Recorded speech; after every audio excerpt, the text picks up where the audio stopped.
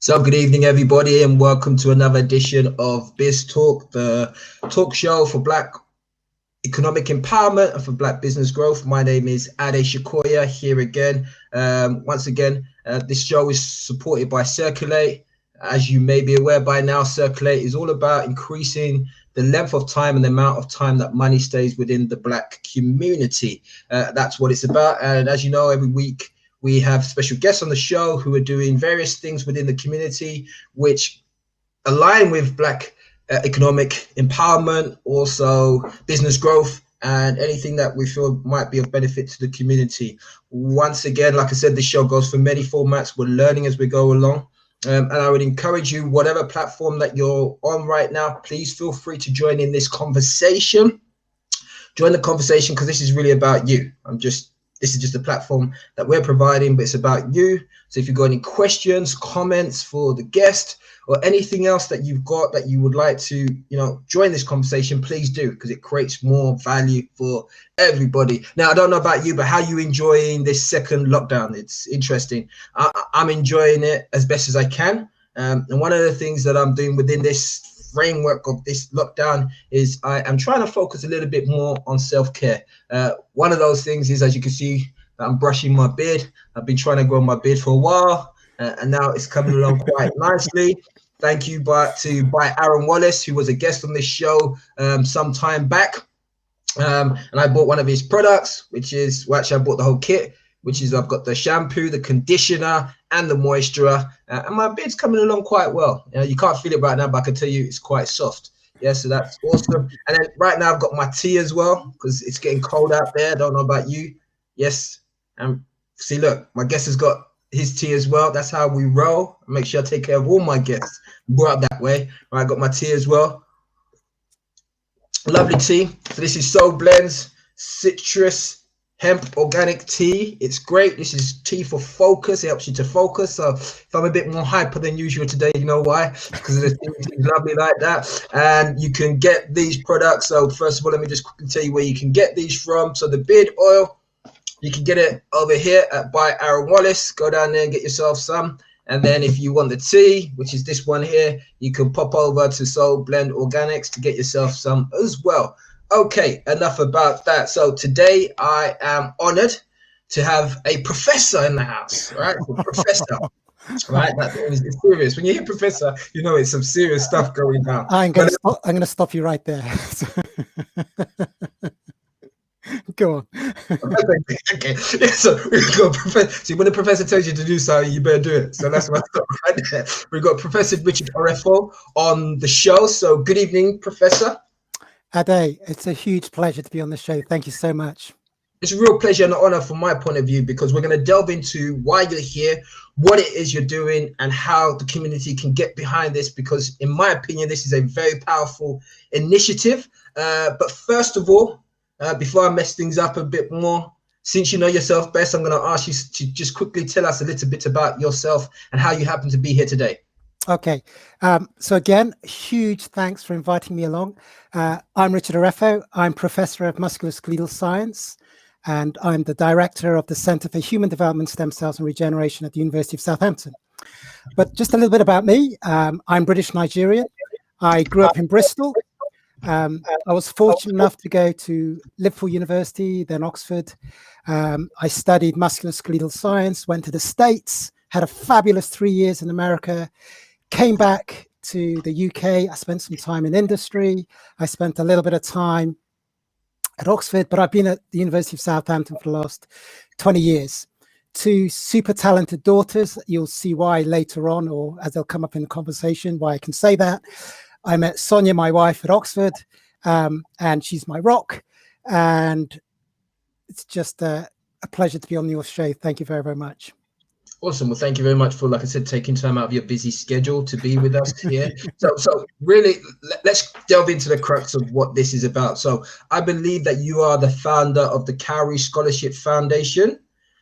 So my question to you would be, what is it? How did it come about? And why, or what need was it addressing? Why the need? Okay. Really simple. Okay. The mission of the Cowrie Scholarship Foundation is to fund 100 disadvantaged Black British students to our UK universities. Can you repeat that again, please? Can you repeat that again, please? 100. Okay, we want to fund 100 disadvantaged, socially, economically, financially disadvantaged Black British students to our leading universities in the next decade. Okay, on a full scholarship. I don't mean 1,000, 3,000, 4,000 bursary, a full scholarship. So this is a partnership with universities, with business. Thank you for inviting me, and for donors and people to help in. And the reason is obvious. I'm a product of the wonderful education system in the UK. Despite what people tell you, we have the best education system in the world. We really do. And what I want is that opportunity for other people to go to university. But of course, that's not always possible. Finances can be a huge, huge limitation, especially in the current environment that we find ourselves. The reason I wanted to do this, it's obvious, okay? All of us are aware of May 25th, George Floyd, and the outcry that followed that event. All of the higher education centers, all of the universities, all suddenly came out with positive statements. They were all very supportive about, we have a conversation, we must embrace Black lives, we must do all that we can to level the playing field, shine a light on what we're doing. And I thought, I've been waiting for years to be able to try and take this forward. Now is the time, now is the catalyst. There's been much soul searching, much marching. Kamala Harris, my God, doesn't that sound good? The vice president, doesn't that sound good? Kamala Harris. So she talked about this moral reckoning with racism and this systemic injustice and a new coalition of consciousness, all of that. And I thought, right, okay, let's see whether the universities will put their money where their mouths, and can we actually do this? So that's what I wanted to do, start that conversation. It was only my family, and it was my daughters, my wife, myself. We launched it on June the 13th. It was a Sunday, super nervous because this was a, blank piece of paper. How do we get 100 people on a full scholarship to go out there? And why do we need this? So you could say, oh, why do we need this? Well, a couple of stats. I won't do too much of the stats thing, but indulge me. Okay, so if we think about this, if we look at the FTSE 100 companies, okay, more than, I think it's something like 50% of them do not have a single person of BAME background, okay?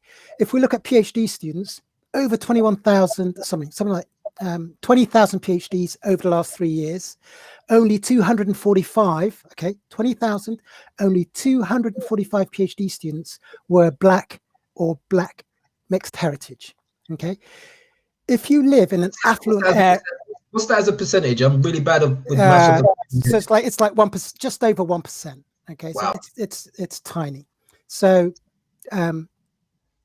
if you think about, if you live in an affluent area, you're 5 times more likely to go to a leading university, one of these high tariff universities, than if you live in a deprived area. There's just so many statistics. There, we have, I can't remember how many now, something like 21,000 professors, but only 1% are Black or Black mixed heritage. It's just important that we make a difference. Thank you for sharing some of those stats there. So here's a question then for some people who might be watching right now. Yep. They might say, well, those stats are a reflection of maybe people's inability to reach the high standards that are required to go to university. What would you say to something like that? The bottom line here is that, let's think about this. The financial cost of going to university is huge. So we are targeting financially challenged, disadvantaged individuals, fantastically talented, okay? They've got that ability. But if you think about it, you can get a loan for your tuition fee, £27,500. You then need to get a loan to live. So you're saying, right, I've got a loan for £27,500, and now I'm going to take out another loan for £10,000, £12,000 a year to live. And I'm from a family that doesn't have anywhere near that kind of income per annum. It's the biggest barrier. And we want to remove that. That's what the Cowrie Scholarship will do. We want to remove that. We want full scholarships for our disadvantaged students. We want to level the playing field. And what this will do, if you think about this, we get 100 students through. In 20 years' time, they'll be making the phone calls. They'll be the ones contacting people, making change happen, leveling that playing field. I think that's a very, very, very key thing, and I think that you share there, because ultimately, I know for a while, lots of people in the Black community recognize that we haven't necessarily had the penetration that reflects our ability for a number of reasons that we won't go into here right now. And it's great that you brought in the thing about demographics. I think you said that people or children that live in affluent areas are 4 or 5 times more likely to go to top universities. We've already seen the stats which show, and I shared it recently on this show, that a recent report that was done into poverty shows that 50% of Black families are living below the poverty line. Right. So straight away, when we start talking about the demographics and where people live and what access they might have and to income that will enable them to invest in their children going to university, straight away you fit some key points there. Yeah, so we're talking about high tariff. You've got to be really careful about use of the word top universities, but we're talking about high tariff universities.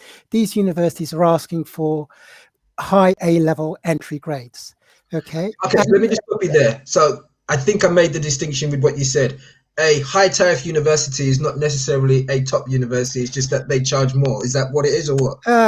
Let's just be careful about saying what is a top university versus a high tariff university, because you can go to certain universities and do some of the best courses, and they may not necessarily be said to be the highest tariff. Okay, so I'm just saying that let's just be careful about that nuanced language. But what I'm trying to do here is to make sure that we provide that scholarship that allows these students so they don't worry about the finance, so that they can use that, they can harness their talent, and they've got that talent to be able to display and for the world to be able to see it, but they can't afford to cross that hurdle, that bridge to get into that university. And that to me is wrong. It shouldn't be about the finance. It shouldn't be about race. It shouldn't be about socioeconomic status, but sadly it is. I guess that's a reflection of the world that we live in right now. Well, is it a reflection of the world, or is it actually a reflection of our inability to actually make change happen? Okay, so I like having a professor on the show, because you're also challenging me to rethink. I love that. That's great. Okay, carry on with that. So we have the ability to change policy. We have the ability to change and influence various laws. We have the ability to actually harness the talent that is around and give people that opportunity. But whether you want to call it institutional racism, I don't want to go off piste here, but it's really important that we don't just step back and say, oh, it's just not possible for everyone to be. I totally disagree. If the barriers were removed, then so many people could actually make a huge impact on lives today. And it can be in science, it can be in arts, it can be wherever you want it to be. There is a wealth of talent out there, especially in the Black community, and we need to make sure that gets out there. And I don't like this idea of, oh, we can't aspire to that. Everyone should be able to aspire to that. And we've all celebrated Lewis Hamilton on Saturday. Wow, what a journey. And his quote, right, as he finished that race, dreamed the impossible. Kids dreamed the impossible. That's the first thing he said when he crossed that line at the Turkish Grand Prix. And I think, yeah, we shouldn't be restricted by all that exists in the high echelons of, should we say, government, or should we say policy or institutions. We should actually be able to allow people to progress to the limits of their ability. I totally agree. I think what we're seeing is what I call a call to action. I think there's been a lot of things that we've seen over this last year which indicate that we are in a time of significant change, and we can continue to look outside of ourselves for that change. But change will always impact the individual, whether or not the person wants to move with it. But I also see that there's a great opportunity, like you said, for example, on the back end of the George Floyd and Black Lives Matter movement, lots of the universities started speaking out against institutional racism, and then potentially opening up their doors to, you know, redress the balance, which, let's be clear, doesn't make any of them guilty for what is, but it's them recognizing that actually, you know what, we can be part of that change. But so what I'm really interested in is to move away from tokenism. I really need us to move away from performative actions, and actually to do, I mean, the trouble is I'm preaching to the converted on this platform, but we need to be able to move away from, I don't need a black square on a social media site. I actually need people to do something that they find difficult, something they find challenging, to give. I mean, Michelle Obama was asked about healthcare and said healthcare is affordable, but you have to give up something to allow healthcare to occur. And if we bring it back home, we have to be willing to be able to understand that to make the sacrifice, people have to move into uncomfortable places and have difficult conversations. And actually, it's not a difficult conversation. It's just a realization of what is staring everyone in the face, the elephant in the room. And why don't we level the playing field? So we have to challenge the status quo. We have to move people away from the conservative positions that they hold. And I mean, the issue, of course, is that they perceive that there will be a change to their detriment. And that is not the case. If we can actually harness diversity, if we can harness inclusion, innovation will go through the roof, the talent pool will be actually pulled in, and we can make huge advances. Wealth creation, you think about it. I mean, no, this is great. One of the guiding ethoses of CirQulate is that a community in general, when we talk about community, if we talk about country or whatever you want to call that, community is only strong as its component parts. And so it's in the benefit of society that each community within it is actually independent, able to contribute in a positive way, because then the whole of society benefits. To me, there is no sense in actually, in whatever which way, whether intentionally, unintentionally, keeping certain parts of communities, not giving them access to the same opportunities, because as a society, it doesn't benefit. So for me, it doesn't make much logical sense from that point of view. Yeah, I couldn't agree more. I think if we can actually bring everyone into the conversation, if we can actually think about, people talk about glass ceilings, etc. They shouldn't be there. We should be able to smash through all of that. If nothing else, the pandemic has allowed plenty of self-reflection, plenty of time for people to think about these issues, and how do we actually make a difference? And how do we actually put structures in place that allow us to advance instead of just talking about it, instead of tokenism, instead of a conversation? Let's make real change. Let's have the universities, let's have business start to think about, I'm going to do something. If we need to raise a significant amount of money because these are full scholarships, but actually in the grand scheme of things, a cup of coffee from 100,000 people, game over. It's about, are people willing to just make that difference? Are they actually going to take that step, or sit back in the armchair, smile, watch, reflect, and do nothing? And that's what we have to change. So let me say this. I'm just going to say this. I mean, to me, that's always a scary option, because I see it quite a lot, not just in the Black community, but in communities in general, which is where there are social issues. Now that we've got social media, it's so much easier for people to likes and put comments and do all of that type of stuff. In fact, memes which are about cats or good morning get loads of responses. But as soon as you put out something which actually requires, when you respond, it's going to require you to put something in it, whether it's time or a little bit of money, whether it's just some coffee money. All of a sudden, those type of things don't really get that much engagement, which is like. So it's interesting. So when I started the foundation, I went onto LinkedIn and I did a post, and I had, and this is, in a couple of years' time, I'm going to write a newspaper article because it's going to be so enlightening to tell people what happened. But I had 250 likes or whatever. Okay. But in terms of who was willing to actually step up and who was actually willing to support and who was actually willing to donate, it's exactly the point you've just raised. We do have to be able to push people, and we have to keep reminding them. But it can be done. It can be done. I do believe that. I mean, Marcus Rashford has shown that you can actually just capture the imagination in due course. And that's what it's all about. But you have to make people feel uncomfortable, and you have to realize that if they want to make a difference, they either have to feel uncomfortable or they have to give something. And if they don't give something, then don't expect something to happen. And maybe that's the message we just need to carefully articulate. And I totally agree with you about the uncomfortable thing.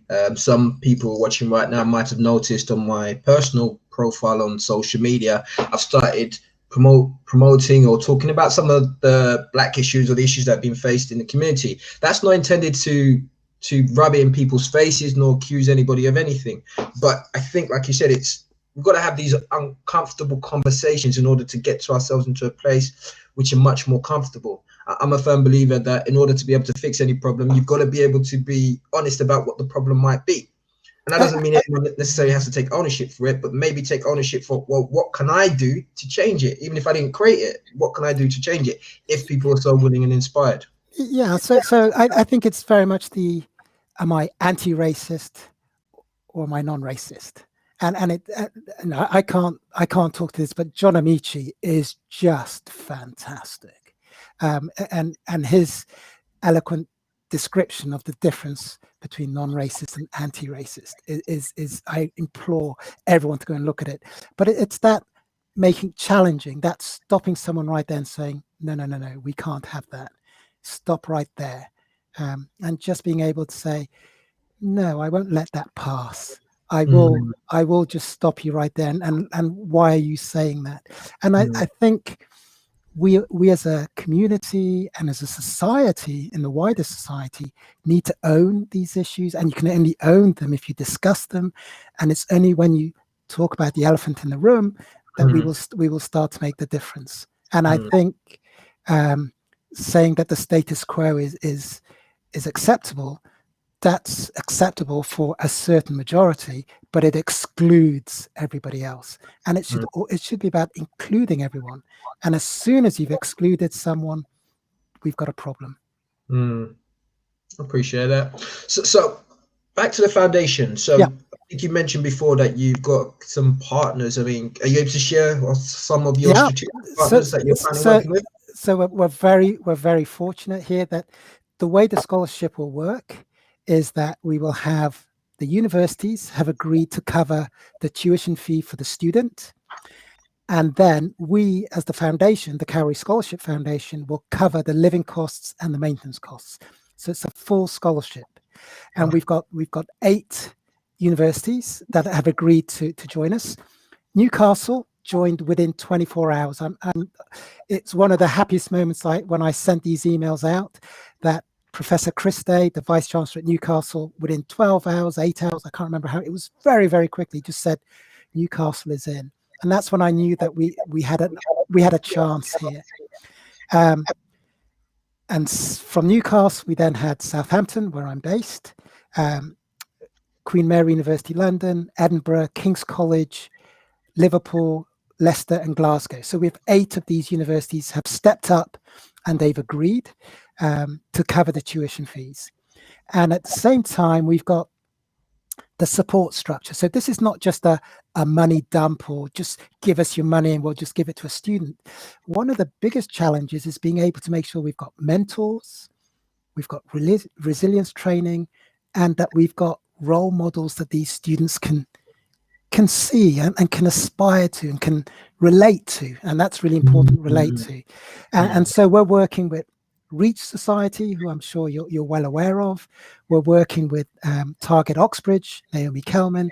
We're working with Insight, Christine Kinnear.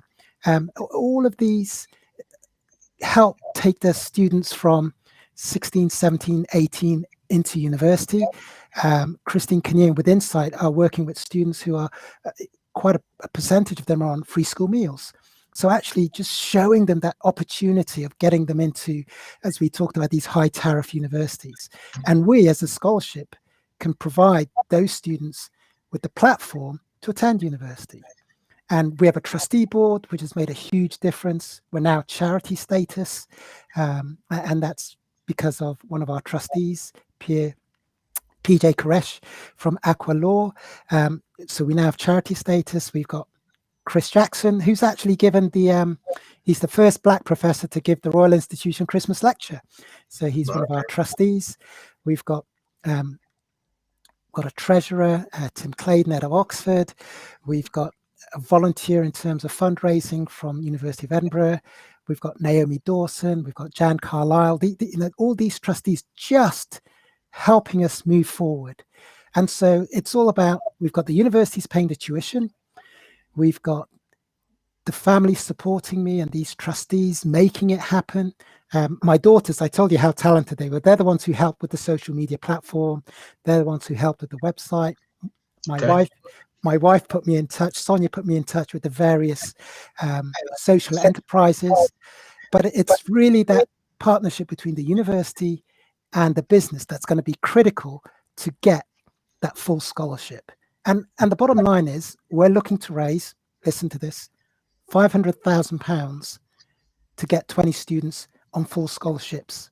And that's our ambition. And it's going to be one of those things that's a legacy. These students are going to be in 20 years' time.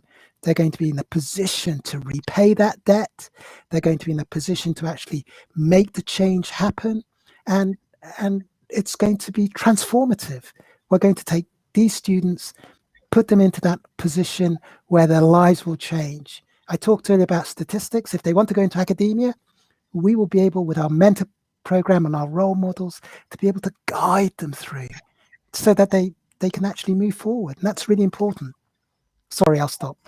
No. I mean, I think this is good because like I said, just as you're speaking, even my mind's thinking it through, because you were talking about actually taking them through a process which is being supported ideally to a large degree by people from their own communities as well, which will then put a certain level of aspiration and motivation in them. Then you spoke about actually then there's the mentoring program, which if they want to go into academia, you already spoke about the number of professors we've got. I mean, think about once again what it does. I mean, we see it in primary schools, we see it in secondary schools. Yeah. Schools where children see a teacher who reflects them children tend to do a lot better as opposed to when it doesn't. Just simple things like that. The reflection is so important. When I went through university at Liverpool, at Oxford, and I'm old, in the 80s. Okay, so there were very few Black academics in the 80s.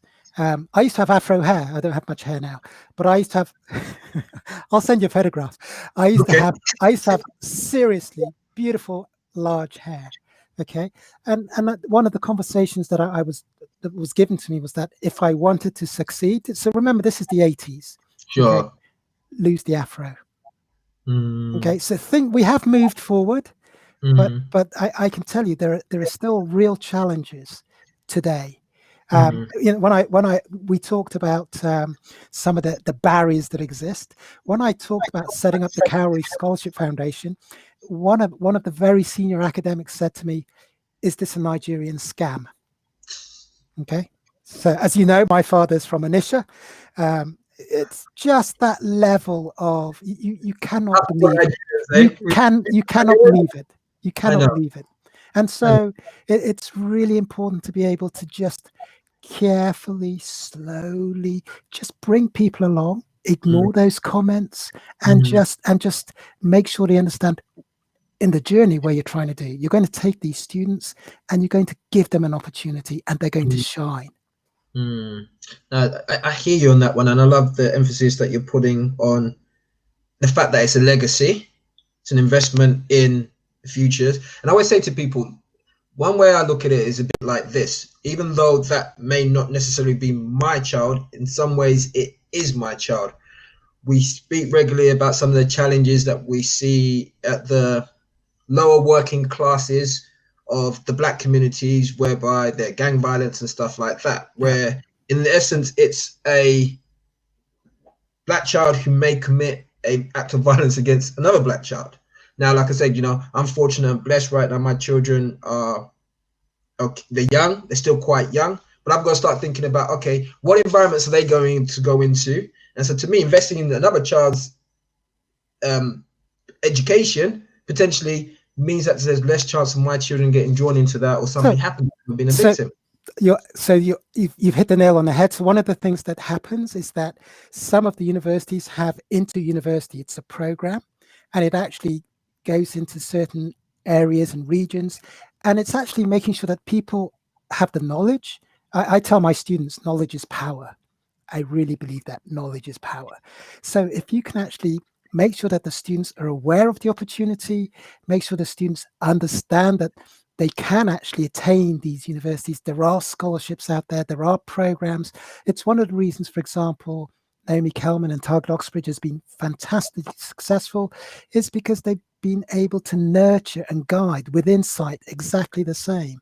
And if we can just make sure that all of our students, all of our pupils have that knowledge base, that opportunity, and that chance to shine, then that will make the difference. On your website, you have an interesting statement that really stood out for me. Now, I'd like you to you've touched on it roughly, but just really expand on it. It says, "It is the young who would take us away from the various institutionalized positions, culture that we find ourselves in."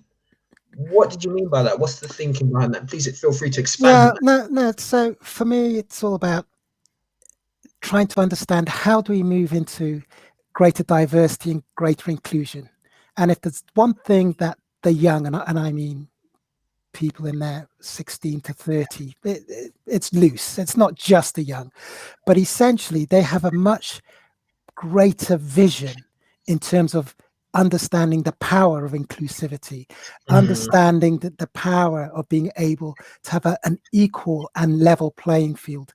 And there's less of the conservative barriers that have existed for the older generation in society. Perhaps because they feel, and I said earlier on, this threat that the status quo will change. But the young, they're open to that innovation. They're open to new ideas. They understand the power of social media. They understand the power of being able to work together, and that they want to see change, and they want to instill change. And I think that's one of the things that gives me great hope. It is that they truly are the future, and they truly will make that change, and they will embrace.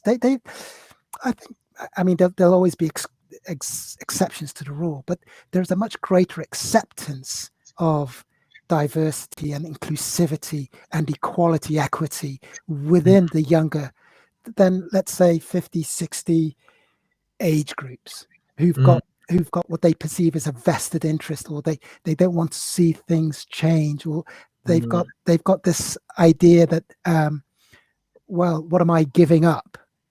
And it's all sadly so far from what is reality, and that's why I have every confidence in the young to do this.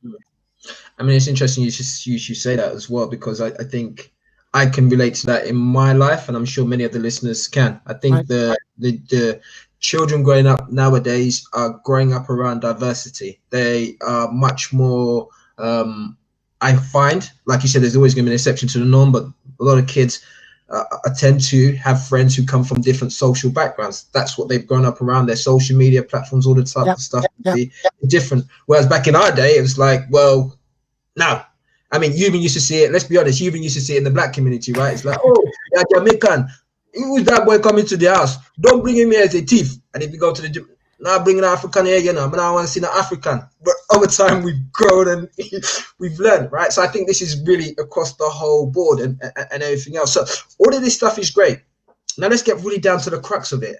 How can people, i.e. the black community, since this is really going to benefit us, how do we get behind this? And going back to my point before, how do we move beyond complaining, pointing out all the wrongs. Yeah. How do we jump in and put skin in this game?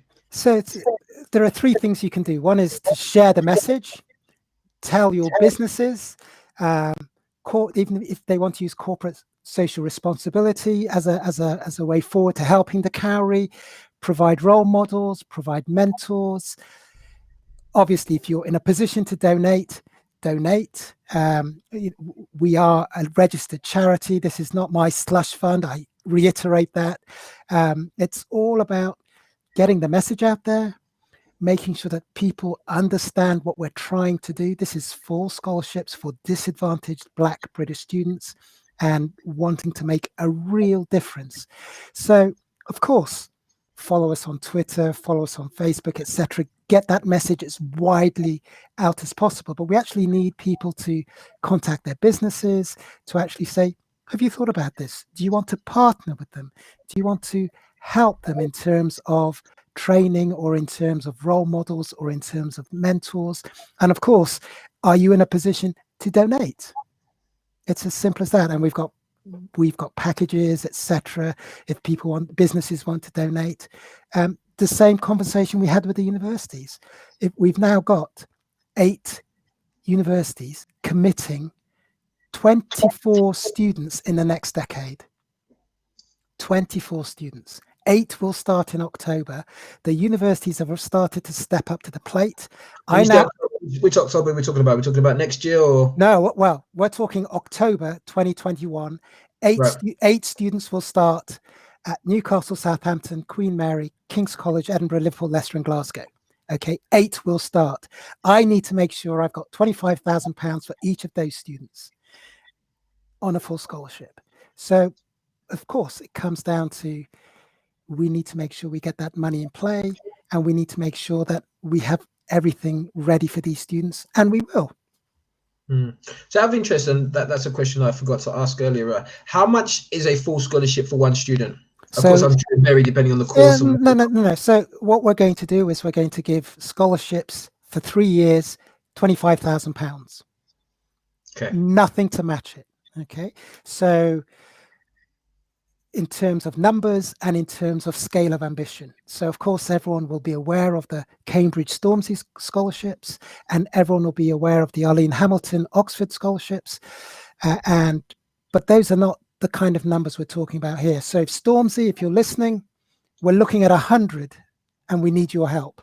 Okay, so it's as simple as that. So it's making that difference. It's being transformative, and it's only possible because we're asking our universities to guarantee one student every 3 years, which is why I'm trying to get 35 universities. That's how we get to 100. Collectively, as all of us, we can make a difference. I'm not trying to ask one university to do 50 students. I'm asking 35 universities, can you fund one student every 3 years? And the same for the business, the same for your listeners out there. Are you willing to, no matter what it is, £1, whatever you can go, are you willing to make a difference? And we can change people's lives. We will transform people's lives.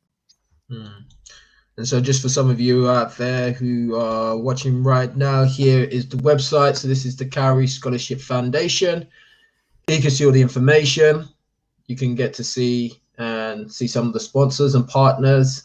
Also, you can find a way to contact them, and you can make your goal fund. And I think the great thing that we're hearing there is actually, you know what, even £1, 50p, whatever you can do, just put it in there. Everything counts. Remember, we're investing in ourselves. It may not directly go to your child, but recognize that it will benefit your children or your great-grandchildren or your grandchildren or whatever, especially when we start thinking about the fact that these children are going to potentially graduate from university, get into key roles in large organizations, academia, potentially government level, where some of the things that we've been talking about for ages, the social change, the policy change, the changes that we require to make society a lot more level playing field, this is where it's going to start. So do feel free to just pop over there and put whatever you can do. And like you heard there as well, feel free to share it with your organizations. Lots of corporate responsibility organizations maybe looking to get behind something like this. Let's really work together to support this as best as possible. What can I say? Thank you, Ade. I just love that. Thank you. Like I said, at the end of the day, these things are dear to my heart, because I recognize that actually, we have to get past the point of just talking about things.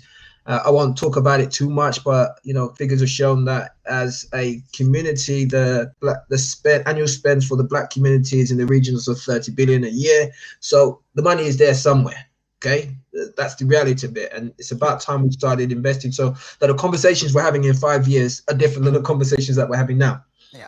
There'll be other things that we need to address and look at, and I think that would be a good starting point. So once again, please do feel free to get behind that.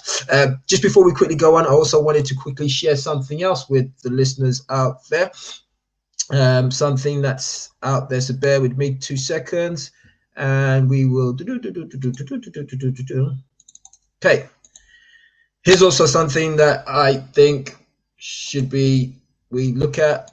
So some of you might have seen this on my social media post. This is regarding a young lady or young girl. Her name is Bailey. She's 8 years old. She's got cerebral palsy. The reason why this is dear to my heart, she is on the same mentoring program as my boys. I've got 3 boys.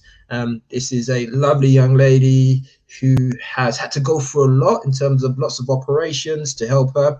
For a while, she was able to walk, but as she's grown older, the growth has impacted her, so she's less independent.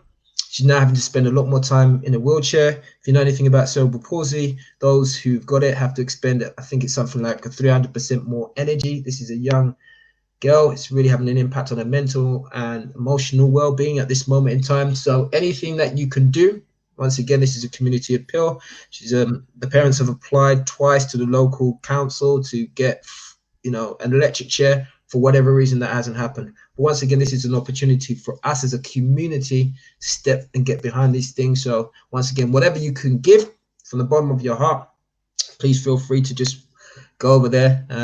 If you just put in Bailey's electric chair, I'll put a link underneath this video on the social media platforms. Just feel free to go over there and do whatever you're inspired to do. Okay, awesome, great stuff. So before you spoke about institutional racism, because we're coming to the end of the show now, and you spoke about you spoke about universities, whether it's tokenism, whatever, doing their bit. I also see that there's some challenges for organizations who may try to do their bit against institutional racism. Here's why. Let me just show you quickly a video that I saw today. Some of you may have seen this floating around on social media. It shocked me, but it didn't. And I guess being growing up in this country or experiencing what I've experienced over the years, here's why. But first of all, let me just quickly play this for you.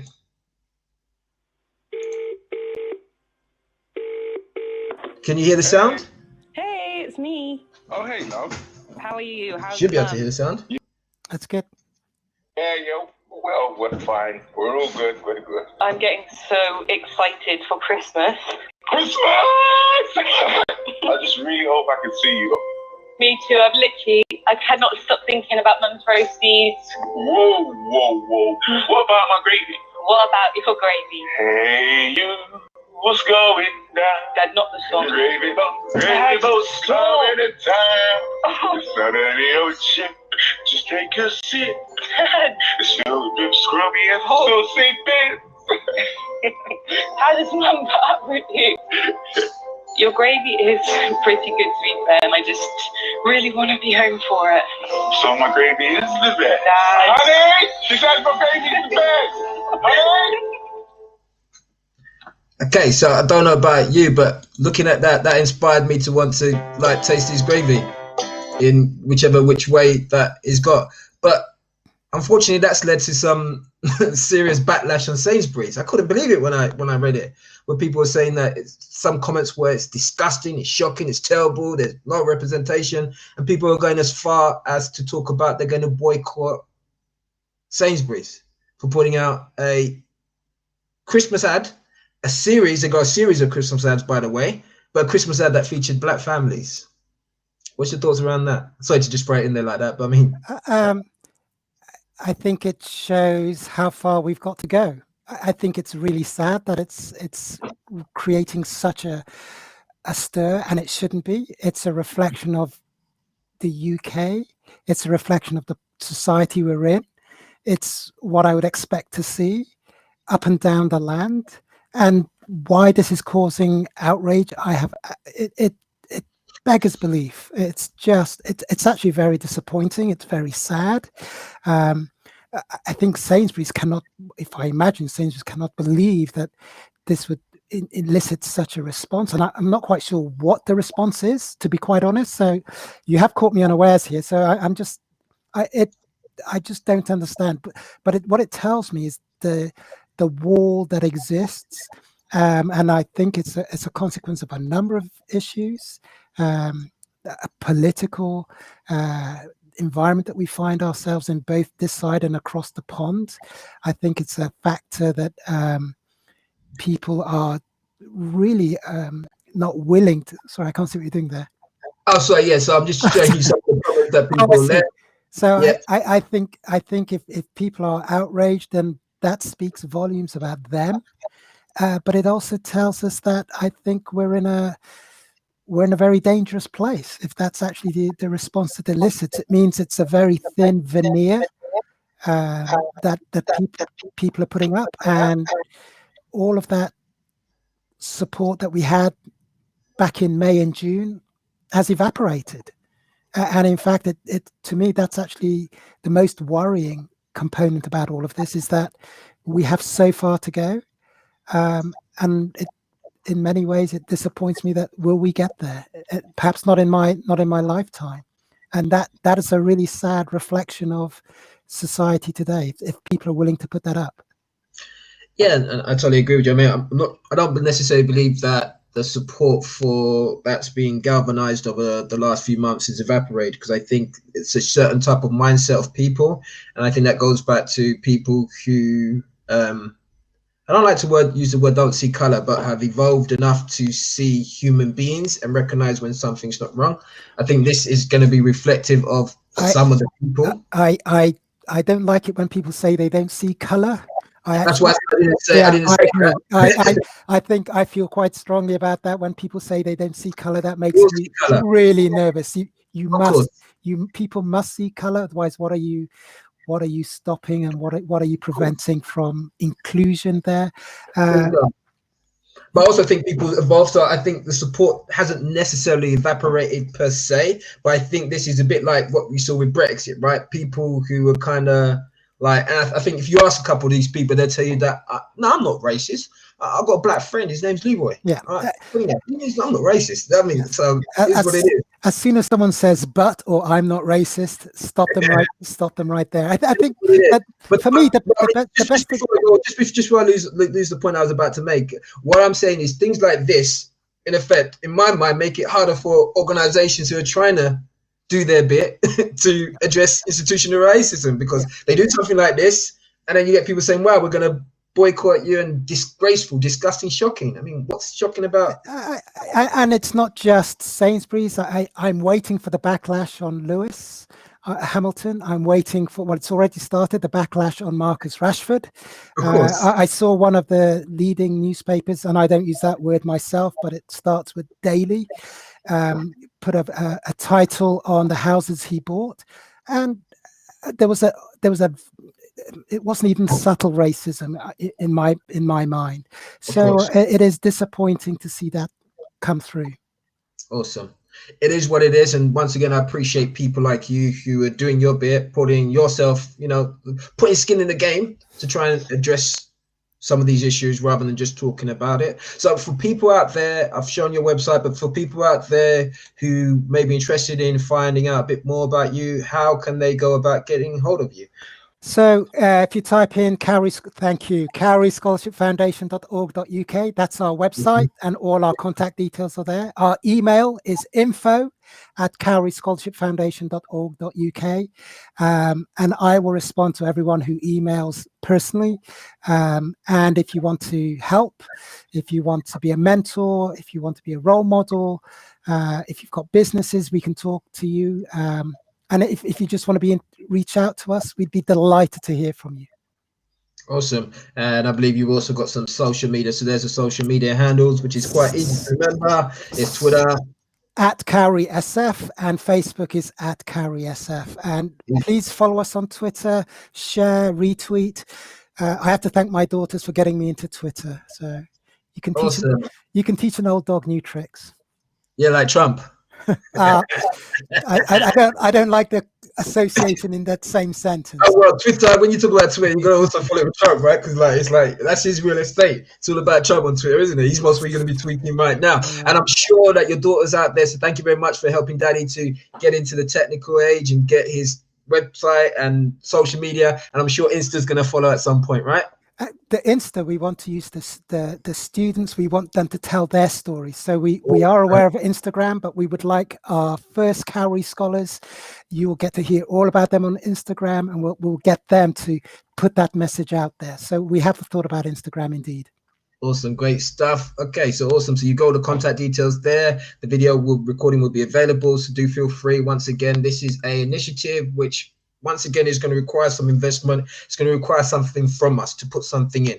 But just like when we plant seeds, there comes a time where we need to nurture them, and then we reap the harvest. This is one of those opportunities whereby, like you said, it may not be in our lifetime, but potentially in our children's lifetime, and definitely our children's lifetime, this will yield harvest. It will yield results.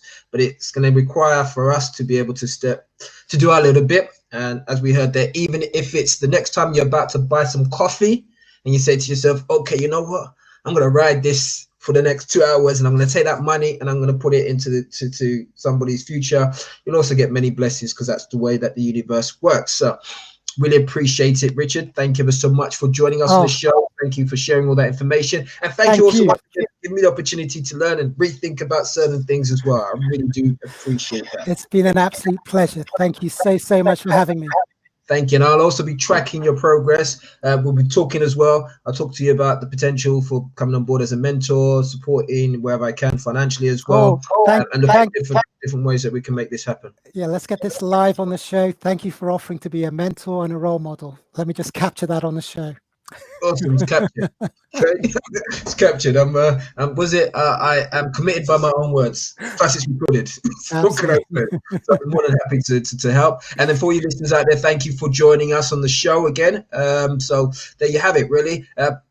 Feel free to follow us on YouTube. So if you go to YouTube, just type in CirQulate, you'll get to see previous videos. This video will be available within the next week as well. You can follow us on Insta. So we are already on Insta, CirQulate the Black Pound. And then there's the Facebook group, which you can join, which is at CirQulate as well. So once again, there you've heard it. This is an opportunity for us to be able to do something. It's going to require something from us, but the return on investment, to me, it's like, it's just like, it's not even worth discussing, because the benefits just so far outweigh. And to me, this goes a long way in helping us achieve the outcomes that we say we want to achieve. So please feel free to share. Once again, let me just quickly share the website. Cowrie Scholarship Foundation. So whether you're in organizations who got social corporate responsibility programs or whatever, please feel free to highlight that to them. If you're a business and you can provide any type of support, please feel free to reach out to Richard and the rest of the team. If you want to be a mentor, partner, you can support, guide this, but let's really get behind this. So once again, Richard, thank you ever so much. And to all you listeners out there, thank you. And I will look forward to seeing you next week. And there you go. It is what it is. And wish you guys all a good evening. Thank you. Thank you again, Richard. Thanks, Ade. Thanks very much. Bye-bye. Bye-bye. Bye.